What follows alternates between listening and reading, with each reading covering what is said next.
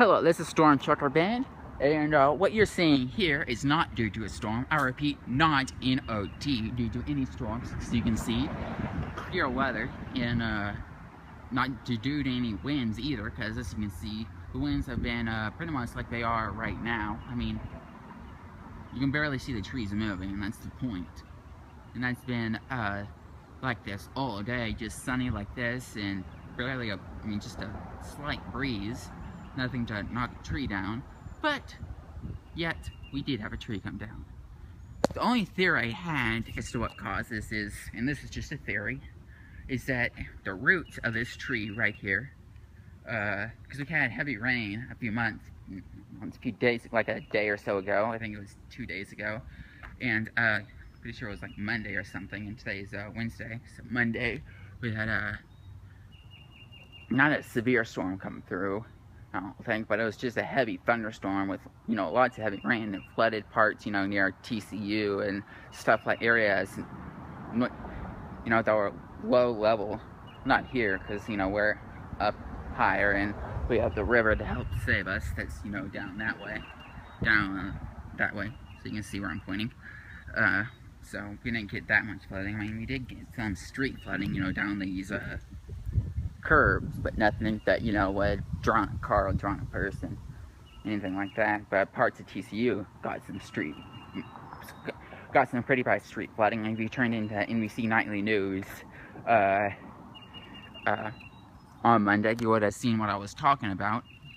Or within a good time frame of me posting this video, if you want to, you can search Fort Worth flood on Google, and that should, you go to Google, you click news, and select Google flood, and not Google flood, and you select news, and you type in Fort Worth flooding, and that'll come up with what I'm talking about, how bad the flooding was here. And my point about going off that tangent is that flooding could have, once again just a theory, could have loosened up this tree that you see here, the roots, just a theory, I keep saying that, so could have loosened the roots on the tree because the soil was wet and the roots were already, really weak, and made this tree collapse. Just a guess. I'm not a tree expert, but that's what I'm guessing happened, but I don't know for sure. I mean, it doesn't, as you can see, the leaves on it are still really green, so it's not like it was a dying tree or anything. So the root theory may not be true. I mean, it's my best guess at this point, but it's that the rainwater had something to do with this tree falling over, but still not positive of that. It might just be a freak occurrence for all I know. But as you can see, this is a huge tree. Huge tree. Massive tree. About the size of any of these trees here when it was actually standing. And as you can see, get closer look. Get a closer look, you can see, look, there's a base of the tree where it was standing. Hi kitty, you're on video. And then you can just see how far it extends. And just to think, if there was a car here, if there's not, but if there was a car here, the car would have been totaled in a matter of seconds. Seconds. Would have been completely totaled. Yeah, it would have been stuck. Your car would be useless. You'd have to buy a new car. But that's the definition of totaled. But yeah, you can see lots of debris from the tree. I mean, I wasn't here when this happened. I just came home, as you can see my car right there, and I just noticed this. I was like, oh my gosh. Last time this happened, which I unfortunately don't have the video because I didn't have an iPhone or anything at the time, but last time this happened, we had a tree at our house that fell on a person's roof, and luckily this, as you can see, just fell on the lawn, not on a person's roof.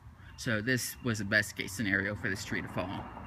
Was across the lawn like this. Even though, yes, it's blocking the person's driveway, there was no damage to any houses, no damage to any cars, nothing like that. Just a tree blocking a this person's driveway, a good portion of this cul-de-sac.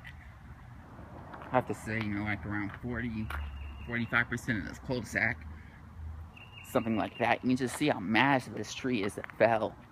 Massively massive. I mean, it had to really take something to put this tree down. I'm just not thinking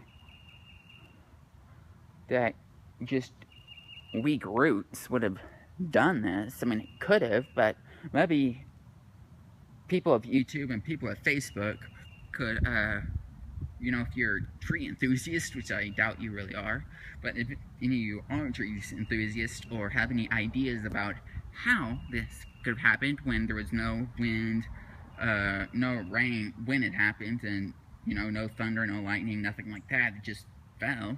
If any of you guys have any input about how that could have happened, please let me know, because I'm really curious how a tree like this that looks really healthy, extremely healthy, could just fall. And in case you're wondering, no, there are not people working on the tree when this fell, so no, that's not a reason. The tree just fell completely on its own. No one was working on it at the time. It's not like people were working on it and it fell, so no. So that's my latest video. My previous videos, feel free to watch, and the cat's climbing through the tree. Pretty funny. You probably can't see it, but I can. Cat's, frolicking through the tree, probably having a good time. Oh, tree fell. Play house. Anyways. So if you guys have any opinions on this, how this could have happened, go let me know. There's, like I said, there is no storm, nothing like that. Calm day, sunny skies as you're seeing. Barely a breeze. I have to say, like 3-mile-per-hour winds or something like that. Calm, calm winds with just a light breeze, something like that. So no, this wasn't storm related at all, unless my first theory is correct, the water loosened up the roots, which I don't know. So if you guys have any theories, let me know. This is a very big tree, so it has to take a lot to bring it down. Maybe an animal did it, but even then, I doubt it.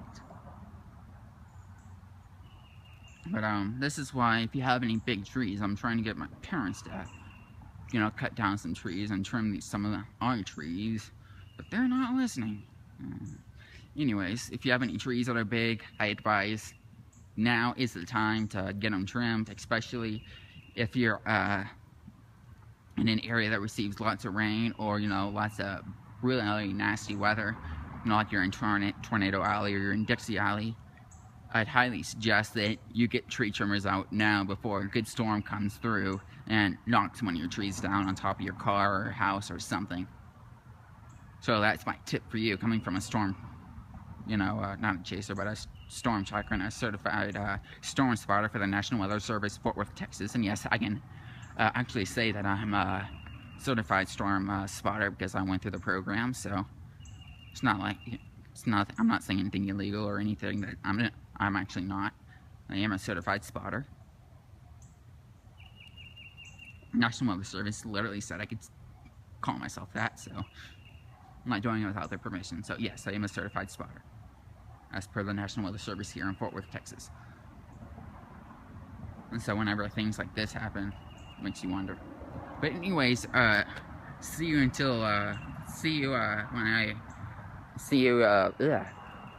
on my next video, which I have no clue what it will be, but see you then. This is Storm Tracker, Storm Spotter Band, whatever you want to call me, signing off until the next big event, which you never know when it will be. It could be tomorrow. And as you can see, barely there's the cat. I don't know if you can see it or not. It's too bright. I can't do that on my iPhone. But for real this time, signing off, Storm Spotter Band, signing off.